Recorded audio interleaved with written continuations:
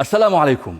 يحتفلون بذكرى المولد النبوي على صاحبه أفضل الصلاة والسلام بتعليق الرايات الخضر وطلاء الوجوه والسيارات والمباني بالألوان وإقامة الاحتفالات والموالد، وذلك بنهب أموال العامة وفرض الجبايات على الفقراء وأصحاب البسطات والتجار والبسطاء بحجة هذه الاحتفالات. والحقيقة هي وسيلة لتحقيق المزيد من الثراء ولو على حساب هذا الشعب المسحوق. يا هؤلاء، ألا يكون الاحتفال أجدى نفعا للأمة وأحب إلى رسول الله حين تتبعون سنته وتهتدون بهديه وتقتدون بسيرته وتنهجون نهجه القويم؟ الحق يقال إن أفعالكم وواقعكم على النقيض تماما مما دعانا إليه سيد المرسلين الذي تنهبون الناس بدعوى إحياء ذكرى مولده. فلقد بعث رسول الله لإخراج الناس من الظلمات إلى النور، فأخرجتموهم أنتم من نور الإسلام الحق إلى ظلام السلالة والمذهبية والطائفية. بعث لإخراج الأمة من عبادة العباد إلى عبادة رب العباد، فماذا فعلتم أنتم؟ جعلتم منهم أتباعا وعبيدا لوهمية الاصطفاء وقداسة الفرد صاحب الحق الإلهي.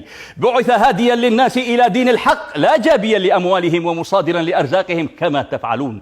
بعث خير الخلق آمرا بالمعروف وناهيا عن المنكر فأنكرتم المعروف وأقريتم المنكر. بعث لنصرة المظلوم فنصرتم الظالم. بعث لإرساء قيم العدالة فأفشيتم الظلم. للمساواة بين البشر فقسمتموهم بين سادة وعبيد. ليحرم دم المسلم على المسلم فانتهكتم حرمة الدم وأزهقتم أرواح الأبرياء بدون وجه حق. ليحفظ حقوق الناس فنهبتم أموال الناس وفجرتم منازلهم واستوليتم على أراضيهم. وما تهامة وهمدان وأرحب علينا ببعيد.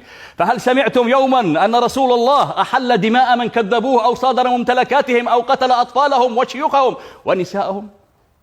فتح مكة فحذر أصحابه من الاعتداء على العزل أو سلب أموالهم، فما حاكمهم ولا هجرهم من ديارهم، بل قال: اذهبوا فأنتم الطلقاء. واحتليتم اليمن وأهله وهم على دين الإسلام أكثر منكم إيمانا بالله ورسله، فماذا فعلتم؟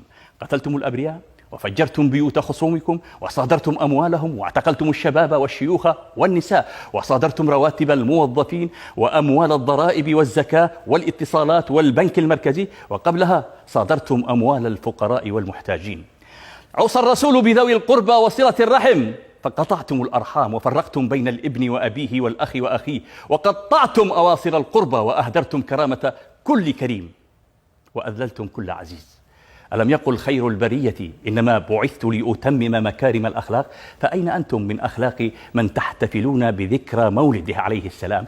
أين أنتم من الاقتداء بعدله وسماحته ونصرته للمظلوم؟ أين أنتم من ورعه وزهده وخوفه من لقاء ربه؟